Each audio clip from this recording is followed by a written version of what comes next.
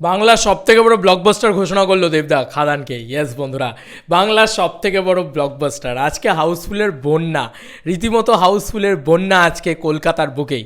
তো আগে এখন কলকাতার আপডেটটা দিয়ে নিই এবং এর পরবর্তীতে আমরা বাকি সমস্ত জায়গার আপডেট দিতে চলে আসবো অবশ্যই। তো কলকাতার বুকে কেমন কি রেসপন্স সেটা তোমাদেরকে যদি একবার বুক মাই শোটা খুলে দেখাই, ইয়েলো কার্ডে নিয়ে যদি কথা বলি তাহলে এই ভিডিওটা সম্পূর্ণ হয়ে যাওয়ার কথা। কারণ মানে জাস্ট এত ভালো রেসপন্স, সিরিয়াসলি বলছি, মানে দারুণ লাগছে এটা দেখে। খাদান জাস্ট টেরিফিক জিনিসপত্র করছে।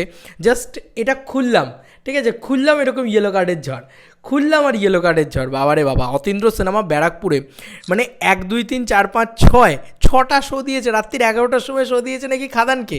ভাই আজকে 11টার শোটাও ইয়েলো কার্ড মারবে। কেন বলছি বলো তো? কালকে একটা ছুটির দিন আছে অলরেডি, আমার তো তাই মনে হচ্ছে।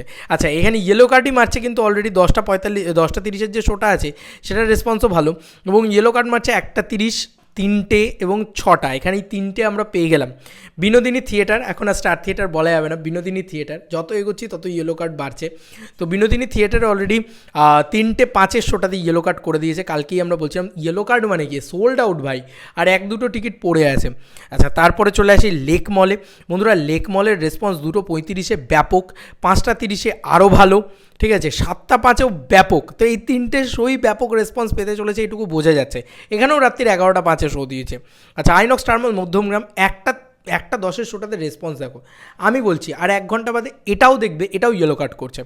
এবং 4:15 অলরেডি করে রেখে দিয়েছে ইয়েলো কার্ড, দেখতেই পাচ্ছ। 7:20 শোটাও যদি খুলি, এরম রেসপন্স বন্ধুরা, এটাও ইয়েলো কার্ড করবে, কোনো চিন্তা নেই।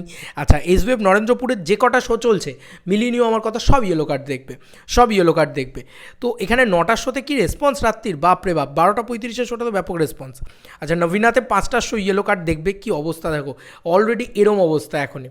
নবীনার মতন এত বড় সিঙ্গেল স্ক্রিন, সেটার নাকি এরকম রেসপন্স। অশোকার মতন এত বড় single screen already yellow card দেখছে, দেখতে পাচ্ছ, রূপমন্দি, বেলগড়িয়া, অশোকা, এগুলো অলরেডি ইয়েলো কার্ড দেখছে। কী অবস্থা দেখো।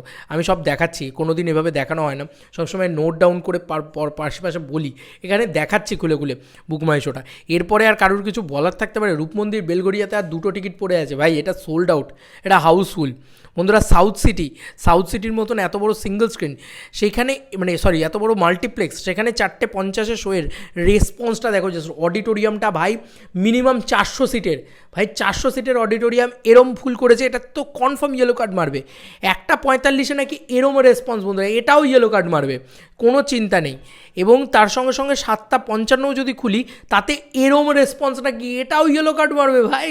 আর কত দেখাবো ভাই। পিভিআর ডায়মন্ড প্লাজা 1:20 খোলো, সেখানেও ঘ্যামা রেসপন্স। 4:30 অলরেডি ইয়েলো কার্ড দেখিয়ে দিয়েছে, এবং 7:40 যদি খোলো, সেখানেও এখনই এরম রেসপন্স, এটাও ইয়েলো কার্ড মারবে। মিলিয়ে নিও আমার কথা, ঠিক আছে। মানে এক একটা খুলছি আর এক একটা করে রেসপন্স, মানে সত্যি কথা। আরটিভি সল্ট লেকেও পর্যন্ত রেসপন্স, যেখানে বাংলা ছবি চলে না, প্রত্যেকটা শোতে ব্যাপক রেসপন্স আছে। আইনক্স সিটি সেন্টার 2, সেখানেও 4:10 শোতে কী ভালো রেসপন্স, বাপরে বাপ, মানে সব ইয়েলো কার্ড মারবে। পিভিআর আভনি, সেখানেও কী ভালো রেসপন্স, বাপরে বাপ। আর কি বড় বড় অডিটোরিয়াম দিয়েছে, মানে ম্যাসিভ বড় বড় অডিটোরিয়াম দিয়েছে। প্রিয়া সিনেমা হলে এমন রেসপন্স ভাই, 4:25, এখনই ইয়েলো কার্ড মারলো বলে এই হলটাও। আইনক্স হাইল্যান্ড পার্ক, সেখানেও ঘ্যামা রেসপন্স।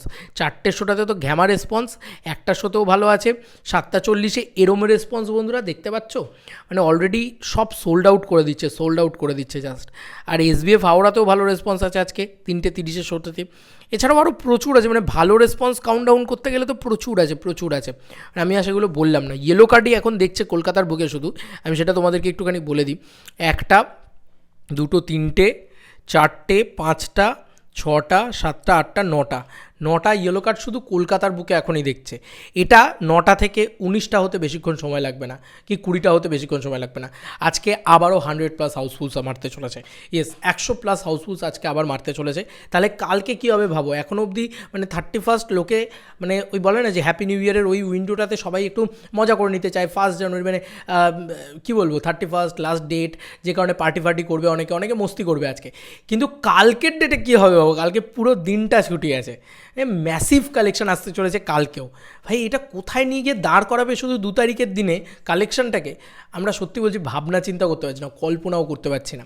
সবথেকে বড় ব্লকবাস্টার যদি দেবদার নিজেই বলে দেয় তাহলে আর কি বলার আছে বন্ধু, আর কিছু বলার নেই। ভাই প্রমোশন কেউ শিখুক দেবদার থেকে, সত্যি কথা। মানে এটা কি ছিল, এটা দেবদার নিজের স্টোরি দিয়েছে, তোমরা জাস্ট দেখে নাও। আর কি লেভেলের প্রমোশন যে এই মানুষটা করতে পারে, সত্যি কথা বলছি, মানে it's a massive thing, massive thing. এটা দেখো। টিকিট লাগবে।